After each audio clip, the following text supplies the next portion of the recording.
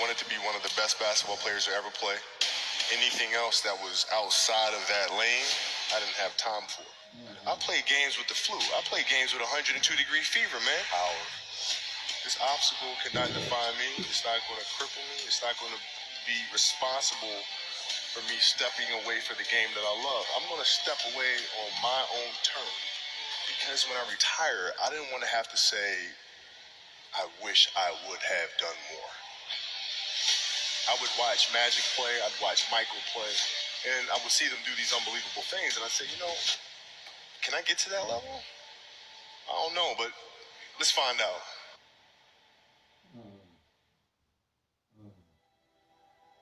Who would Shaq be if he had your work ethic? He'd be the greatest of all time.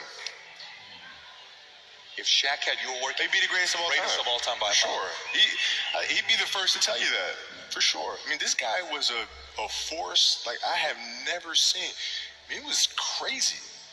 You know, a guy at that size, generally guys at that size are a little timid and they don't want to be tall. They don't want to be big. Man, this dude he did not care. He was mean.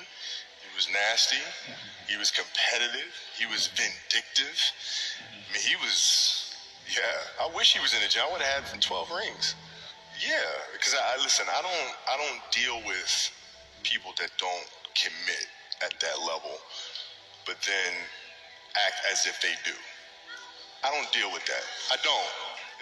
You know, he would say, okay, Kobe's not throwing me the ball.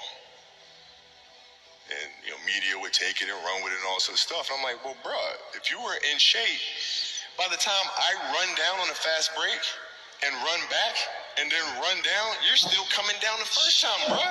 Like, what the hell do you want me to do? Right? So a lot of our contention came from that.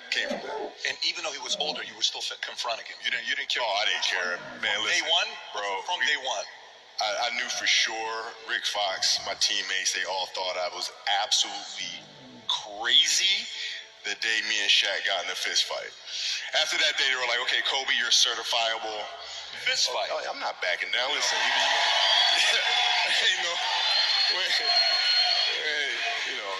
there's a level of respect. And for Shaq, too, by the way, I know he's told me that day was a big turning point for him, because it was like, you know, he's generally used to talking trash and saying what he wants and nobody really stepping up and challenging him on that. And when he saw me challenge him on that, he was like, this kid's crazy.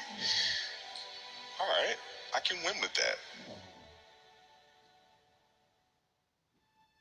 So at 13 years old, I had a kill list. And so, you know, they used to do these rankings. It was Street and Smith basketball rankings. And I was nowhere to be found because I was like 6'4", scrawny, like 160 pounds soaking wet. So I was like 57 on the list. And so I will look at 56, 55, all the way up to number 1, who these players are, what club teams they played for. So when we go on the AAU travel circuit, I got to hunt them down. Right? And so that became my mission in high school, is to check off every other person, all those 56 other names, hunt them down and knock them down. So like at 13 years old, you know, I played the longer game, because my game wasn't about being better than you at 13. It was to be better than you when, you know, the chips are really on the line. So when we played at 13, I would size you up and see what your strengths and weaknesses are. How do you approach the game? Are you silly about it? Are you goofy about it? Are you good at it just because you're bigger and stronger than everybody else? Right? Or is there actually thought and skill that you put into it? Right? And when I'd play to my weaknesses. I wouldn't play to my strengths. I played to my weaknesses. Because when you're playing summer basketball, there's so many games. So there's not a lot of skill work being done. So when are you going to get better? Right? When you're playing in competition situations, you're only playing to your strengths. Why? Because you want to win. Right? So what I would do, I was work on the things during those games that I was weak at. Left hand, pull-up jump shot, post game. Right? So I have a strategy. And so then fast forward to when I'm 17, and my game is completely well-rounded, and that player at 13 that I saw at 13 is still doing the same shit at 17, now you got a problem. That's right. Okay, I shot 5 air balls on national TV in front of millions of people that cost us a series, and I'm 18. I'm fine, dude. Well, you got to look at the reality of the situation. Like for me, it's not. You kind of got to get over yourself. It's not about you, man. Like, okay, you feel embarrassed. You're not that important. Like, get over yourself. That's where you go. Get over yourself, right? Like you're worried about how people may perceive you, and like you're walking around and it's embarrassing because you shot 5 air balls. Get over yourself, right? And then after that, it's okay. Well, why did those air balls happen? Got it. High school, year before, we played 35 games, max, right? Week in between, spaced out, plenty of time to rest. In the NBA, it's back to back to back to back to back to back to back. I didn't have the legs. So you look at the shot, every shot was online. Every shot was online, but every shot was short, right? I got to get stronger. I got to train differently. The weight training program that I'm doing, I got to tailor it for an 82-game season so that when the playoffs come around, my legs are stronger and that ball gets there. So I look at it with rationale and say, okay, well, the reason why I shot air balls is because my legs aren't there. I go, well, next year they'll be there. That was it. Done. And we had a game against Toronto in 2000, and Vince was tearing the league up. My back was jacked. But like the perception of that, like what? Kobe's missing the game against Toronto and Vince Carter because man, my back was really spasming. But people will be like, what? Oh, he's ducking Vince. Excuse me? No, I don't think so. So I would be in the layup line like, okay, there's a lot of days where, you can rest and recover. Today ain't one of them. Your back can bother you any other day. That shit ain't bothering me today. You're gonna have to see me today. Yeah. Amen. Yeah.